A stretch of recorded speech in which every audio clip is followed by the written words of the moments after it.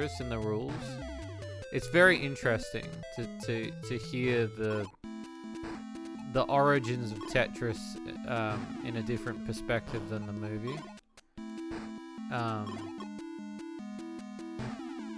But yeah, and he's always like, I did not want the block to be on the edge of screen to rotate.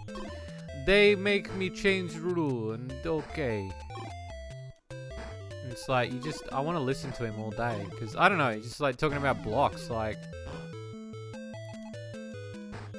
I hope they do like an Ars Technica on them or something, or, I don't know, like, I just feel like they're interesting dudes, like. But yeah, I love, like, somebody said the questionnaire was, oh, what do you guys call the pieces? We call them the T block, the long block, the S block, the backwards S block, and the, I think it was like the L piece and the bit that nobody fucking likes. Or something. I thought it was pretty good. Yeah, my favorite's the T block. I think it's because I always, like, there's rarely ever a time that when I bring down the T block that I'm never like, oh, I don't know where to put that. Like, I always have a spot for the T block. Oh, shit. That wasn't good.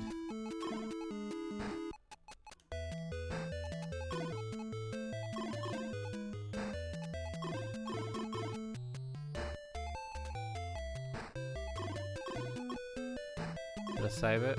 Maybe. I just base it off that one College Humor skit 10 years ago. I was never a Tetris guy. Yeah, I've stuffed it. Alright, let's go again. Nah, it's a shit game.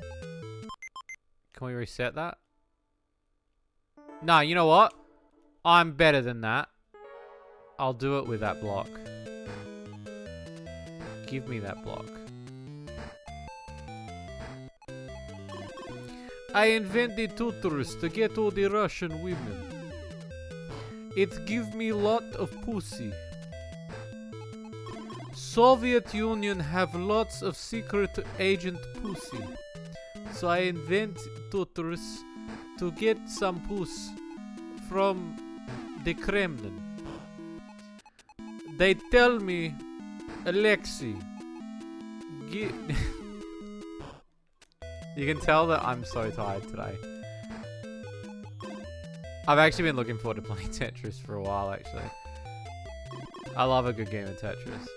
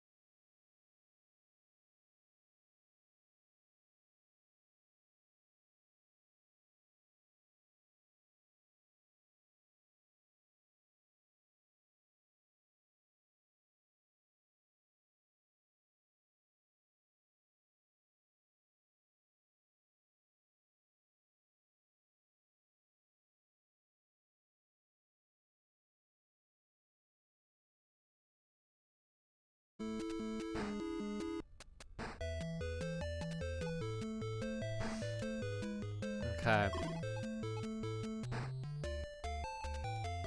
I do love how the Game Boy Color gives the blocks colors. I've always found that a clever feature of the Game Boy. I don't understand that. How it knows what colors. I guess it's a palette thing where it knows, oh, this is... Because obviously it comes from, like, when you put it on a Game Boy Color, like a black and white game, it knows what color... Well, it doesn't know, but... Do you know what I mean? Like, it gives certain things colors. And I've always found that quite fascinating. There must be a thing about that, right? There would be. What am I... I'm fucking asking stupid questions tonight.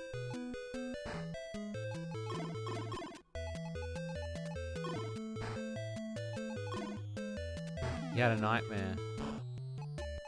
Well, it's alright, you're here. And you're playing Tetris.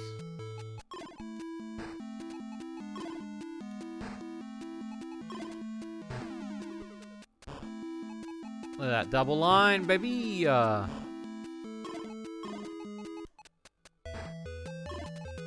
Let's clear some blocks. Five Nights at Freddy's trailer looked really good, by the way. I really liked the look of that. I thought it was really good. Very accurate.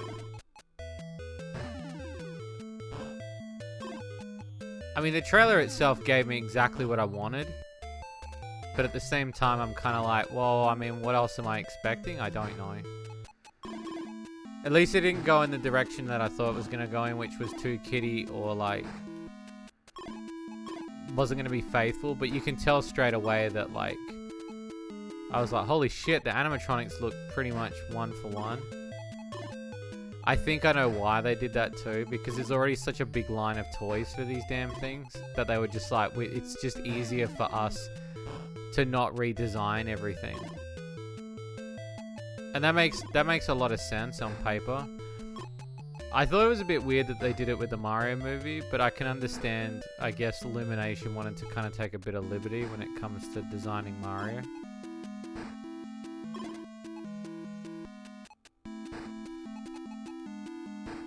That Mortal Kombat trailer threw me for a loop. It did for me too, like, so... Catch me up on Mortal Kombat lore, because I watched it, by the way. Is that meant to... Is it meant to be the first game? Like, literally? Or are they just calling it that to be edgy, like Xbox One? Like, are we getting a reboot of the very first Mortal Kombat?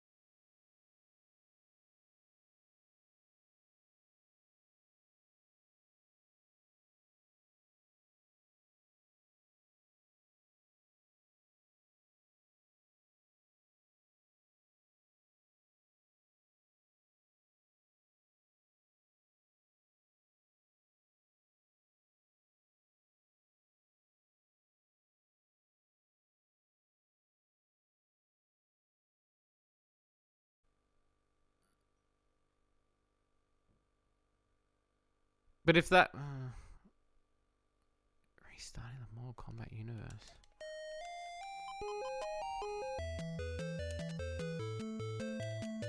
Alright, here's a question then. Because I'll probably watch a lore video on Mortal Kombat now. I have a big question. And if anybody can answer me this question. Do people die in Mortal Kombat? Because the way that the games are set up, it makes it seem like they all survive every game. You know how like when you play Twisted Metal and you obviously pick one person and that's the person who beats the game and everyone else dies? But then when you get to the next game, everyone's alive because they're under the impression that it's none of those people were the people that won. Is Mortal Kombat the same where none of those people died, or do they get resurrected? Or is it one of those things they just don't talk about? Like, those people die and they should be dead, or it's something that they just don't mention because it's just too hard to lore it. Because I always thought, like, there was... I know you're not really meant to think about that sort of stuff.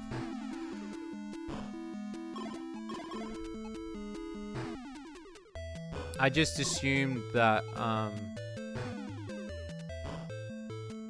I just assumed it was one of those things that you weren't really supposed to think about. That, you know, whoever dies, dies.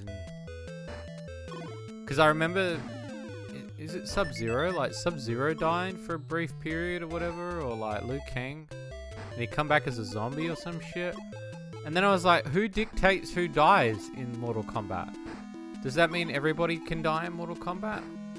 Or does that mean that only when it's permitted to the story? That was 10 years ago and I played it over again.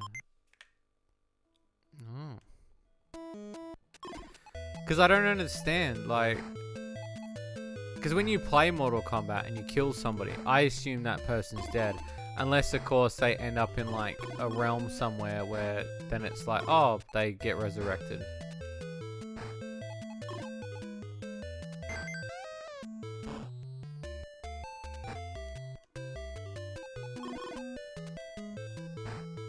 I guess the lore of Mortal Kombat kind of escapes me a little bit. I should know, I've got a lot of Mortal Kombat games.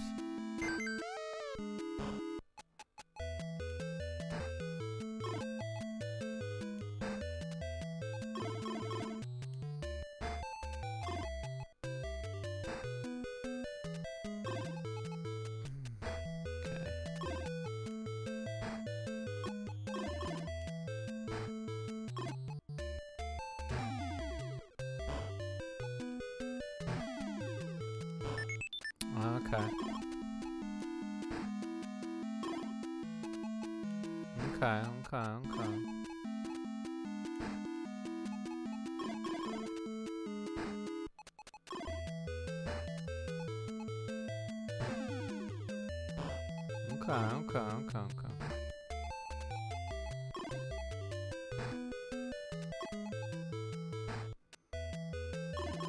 Beautiful.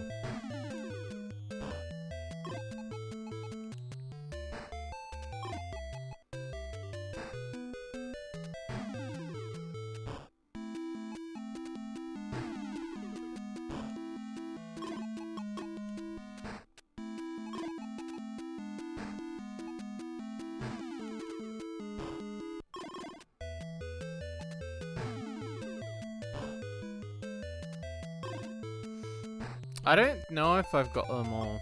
I don't have... Okay, so my honest opinion on Mortal Kombat... I used to have them on Master System.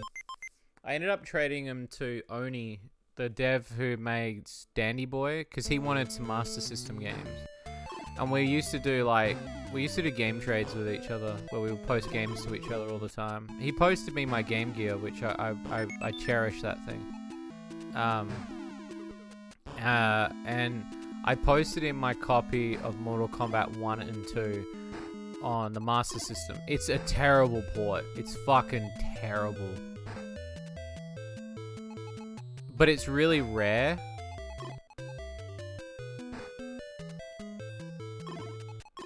I say it's really rare. It's quite an expensive port of Mortal Kombat.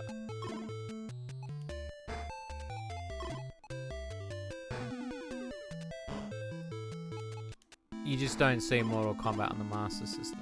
But yeah, it's terrible. And I did have Mortal Kombat 2 and 3 on the Super NES. I got rid of them. I wasn't really a fan. And I had a box version as well. At one point, I've pretty much had like most of the Nintendo games you would assume. I just got rid of them based on the fact that I wasn't playing them. Mortal Kombat was strange because I had this sort of thing of I didn't really like the older games. I love Deception and shit like that. I love the Crypt. I love the 3D stuff. I love Conquest. I love all that shit. That shit's so cool to me. I don't know what it is, but the newer Mortal Kombat's I really liked. And I had the one on Xbox, but I didn't have the latest one that dropped. I don't remember what the latest one was. I had the one with Freddy Krueger in it. That one. And that's as far as I've gotten.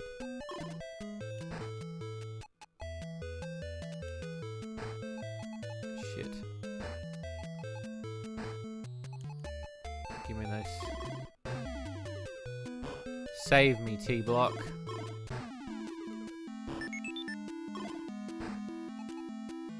He saved me again.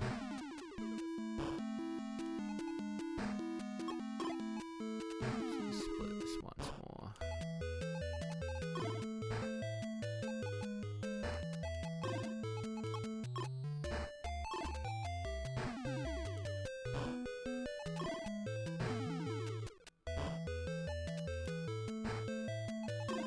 Okay. What do you use to keep track of your game set? Do you use an app? I use an app.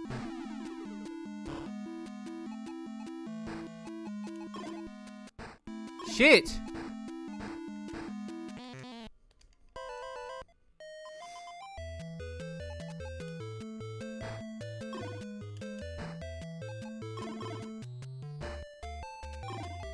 You write them in your notes? Nah, bro, you gotta get an app. Get an app, bro. Get Game Eye. It's not as good, like, it's pretty accurate, but... You get pussy with Game Eye.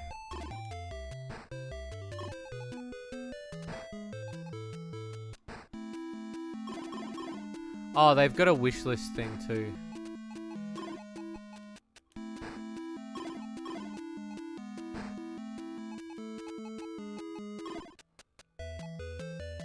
This is usually my strategy when I play Tetris. Is I usually stack. I stack a pile. And then I kind of work my way around like this.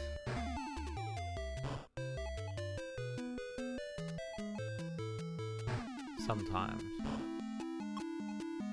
I like building a pile. I think building a pile is quite fun. I guess everybody's got like a different way of playing. I guess that's what's so good about Tetris, is like everybody has their own way of playing Tetris. I never really thought of it like that. Well, no, I guess I kind of